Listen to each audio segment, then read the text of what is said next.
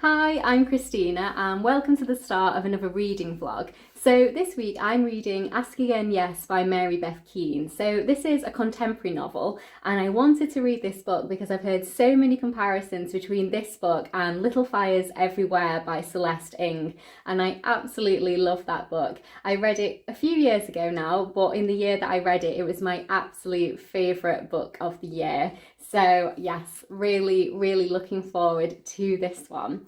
So I have read a decent chunk of it actually, and let's see, I've read 142 pages, so I'm there, and it's really good. So it is very slow paced. It's definitely character driven rather than plot driven. And it's about these two neighbouring families. And it starts in 1973 and you have these two police officers and they're both in the police academy together.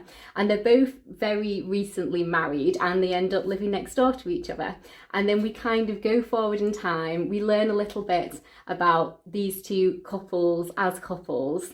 And then we kind of go forward in towards 1991 and we kind of hear about their children, and two of the children, so the son from one family and the daughter from another family, become very best of friends. And we're getting to the age they're about 11, 12, and then they're about 14, 15. And it's really nice. It's really this kind of deep exploration of family life, of very different families as well. And there is a lot of issues too raised in this. So it has a really good exploration of mental illness, I think. I'm really enjoying that kind of aspect of it.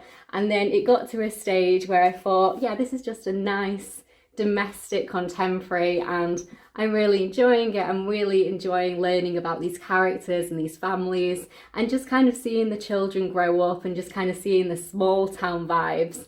And then something happens and I was like, goodness me, I did not expect that to happen. I'm obviously not going to say what it is because it's a massive spoiler, but it really kind of changed the tone of the book. I was going along about 100 pages thinking, yes, this is where this is going. It's a nice contemporary, great kind of deep dive into characters, a really great character study. And then this occurred and it completely, changed the tone of the book. And I'm really enjoying the new direction that it's taking. I did not see that coming at all. When it happened, I was like, wow, I didn't see that happening. And then now we're following on from that event and see how that event has impacted both of the families. And it's impacted both of the families in a very large way, essentially. And you kind of look closely at these two children who are growing up. So one of them is called Kate and the other one is called Peter, and you can see they're probably heading towards a romantic relationship essentially. And then obviously this massive event happens which puts paid to any type of romantic relationship between them. And I'm now at the point where after this event has unfolded, we're kind of just seeing the very beginning after effects of that. And like I say, it is really good. I do see why people compared it to Little Fires Everywhere in terms of it being a great kind of look at characters, look at families, and look at mental illness as well. I can definitely see where the comparisons are coming from. And I am just I'm really enjoying it. And I'm really looking forward to carrying on and reading this one. I think it's really well written as well. It's one of those books where for a long time, not a lot is actually happening, but you just don't want to put it down essentially. So that's the clock. So in terms of the characters, I think one of my favourite characters so far is Peter, who is the son of one of the families. And there's some quite touching moments in this as well. So obviously don't want to ruin the plot at all. So I'll just tell you a little bit of something that doesn't directly impact the plot, but kind of illustrates what I mean about there being touching moments. So I really like Peter's relationship with his uncle George. So there was a time when they are living off paper plates exclusively, and where they're living isn't really very nice. It's kind of just, a stopgap. And it doesn't really feel like a home. It's just somewhere, just to exist rather than somewhere to live your life. And that's the kind of moment that I thought was really sweet, is that they kind of mass bought, that's what I'm trying to say, mass bought paper plates. And they would just use paper plates every single day when they're eating. And then George has bought like a 6-pack of ceramic plates. And kind of when Peter sees that, he sees that there's going to be, you know, a change in his life, but a very, like, such a small change. Like, it's going to feel like a proper home again, like a proper family, and you're not just going to be living here and eating off paper plates and like plastic cutlery. You have actual ceramic plates and, you know, proper kind of cutlery. And I just thought that was actually really touching. I was surprised by how much that kind of little detail kind of just made me feel very connected to the characters. So I think that shows that Mary Beth Keane is a really, really good writer, actually. Just there's little tiny details that she kind of puts into her story that I think really kind of have this bigger impact to show like how the characters feel towards each other. And they don't like explicitly, you know, say thank you, or, you know, it's exciting that, you know, they're moving towards this kind of family life together. They just kind of brush over it, but you can see that it means a lot to them. So yeah, I'm thinking this is a really good book so far.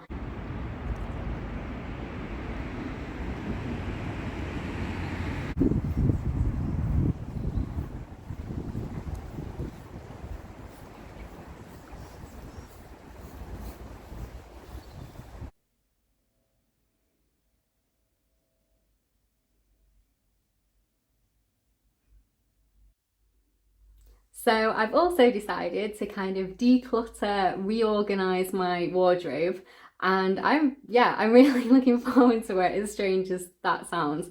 I absolutely love fashion, I love clothes. It's something that I've loved for about a decade now, a really, really long time.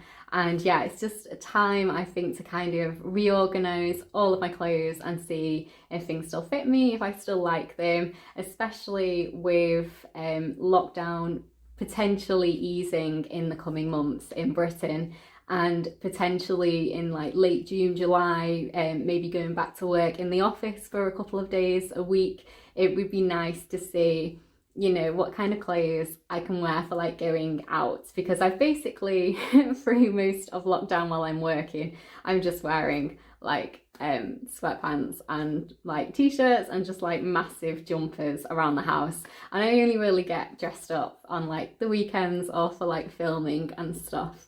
So yes, definitely looking forward to looking through all my clothes. It'll be kind of like going shopping again, like rediscovering clothes in my wardrobe that I haven't seen for a really long time, that I've maybe forgotten about. And yeah, so I'll pop those clips in so you can see my progress on that. So that's what I will show you now. So this is going to be the start of my wardrobe declutter. I have all of my blouses over this side, and then my lightweight jumpers, my cardigans, and then my summer clothes.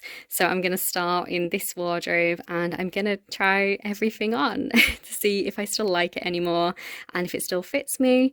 And yeah, I have got my hangers the other way round, so I wanted to see what I'd worn like this year in 2021.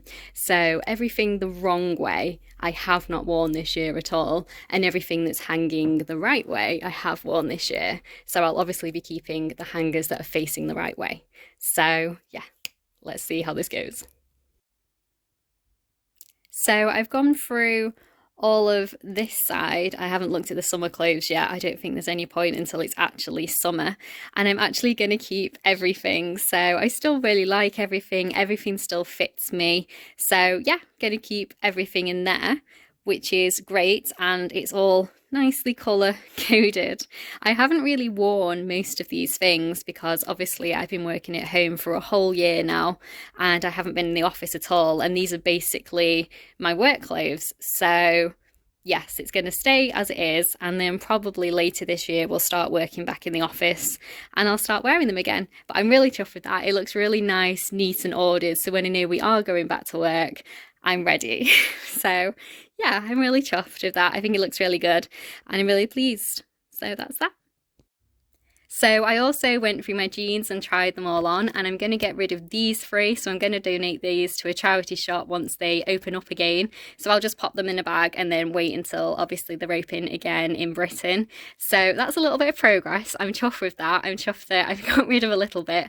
I'm actually getting rid of my only pair of black jeans because they're too small for me now. So that's one thing I'm going to probably purchase for myself in the future, black jeans. So yeah, chuffed with that too. I always hate trying on jeans. It is such a chore. So that's one good thing out of the way.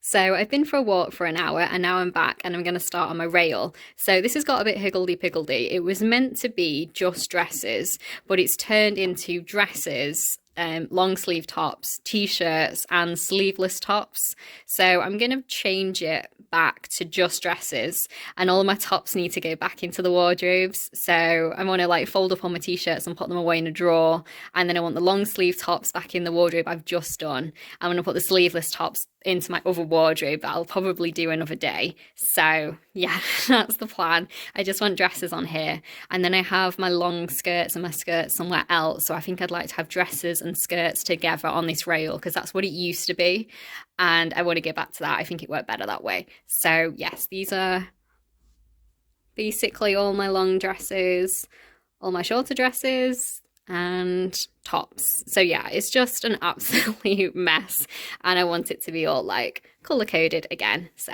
that's my plan.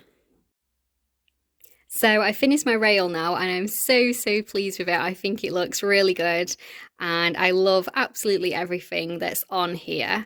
And I've tried to colour block my dresses, and I actually didn't have space in my wardrobe to put like my long tops, so they're just going to kind of sit at the edge.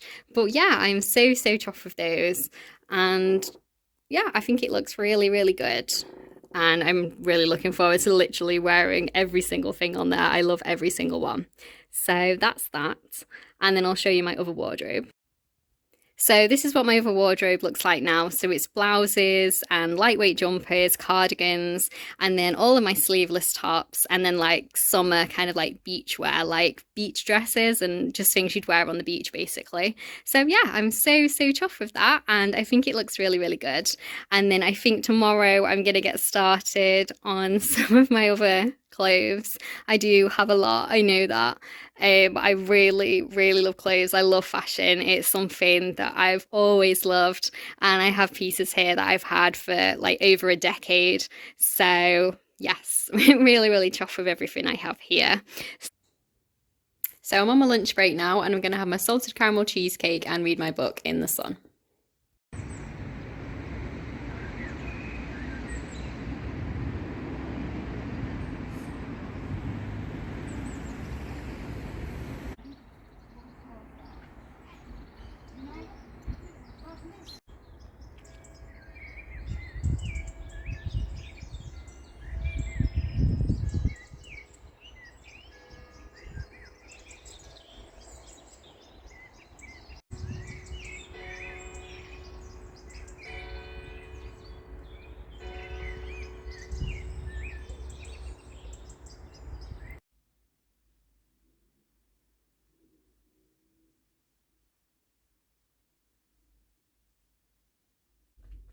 Hi, so I have finished Ask Again Yes, and I really enjoyed this book. This is a definite 5-star read for me. So I haven't read many generational stories, and this one was done so well. I really enjoyed the characters in this. It was so easy to connect to the characters, to sympathise with the characters. You have the 2 neighbouring families. You have the Gleasons and you have the Stanhopes, and there's times when you sympathise with both sides, basically, with every single character in there. Every single character was so well developed, so nuanced, and every single person felt like a real person rather than just a character in a story. And you really delve deep into these people's relationships and just everything that makes them tick as people. And I thought that was excellent. I think that's really where she excels at writing her characters and just, yeah, making you feel connected to her characters. And I really, really enjoyed that. And I think that it really focuses on the extra characters really well too. So lots of books, obviously, you feel very connected to your main characters, just a few characters. But in this one, I felt so connected to all the others too, all the secondary, all the tertiary characters. Everyone was so, so well written. And some of these extra characters, I really enjoyed learning about them. So on Peter's side, I really liked his Uncle George and just seeing how much he had to go through sometimes at such a young age. And you kind of get fresh perspectives as you go through the book and hear, you know, different people's perspectives on what happens. And I really liked the conclusion. I thought it ended really, really well. And it really is a story that just touches on a lot of great topics. So it's obviously touching on like family and friendships and relationships. And it touches on kind of loss and grief and just kind of finding forgiveness, I suppose, and kind of that idea of forgiveness. Can you forgive certain acts and can you move forward from them? And I thought that was really, really well explored. And it really focuses on mental health issues too, which I thought was really, really well done. And overall, I just thought it was absolutely brilliant. This is definitely going to be a book that I am thinking about for quite some time. I mean, after I'd read it, I was thinking about it all evening, and I think I'll be thinking about it, like I say, in the coming months. So yes, I would absolutely recommend it. If you like very character-driven stories, a good exploration of characters, it's kind of a slow-paced book. Don't expect like big shocking plot twists, although there is one that will probably surprise you. It surprised me, and it does change the tone of the book. And yeah, I really, really enjoyed it. So this is my first Mary Beth Keane book, but it will not be my last. I know she's written 2 other books, so I'm definitely interested in reading both of those. So yes, I'm going to end the vlog here. So thank you so much for watching. If you'd like to see more of me talking about books, please do subscribe, and I'll see you in my next one. Bye!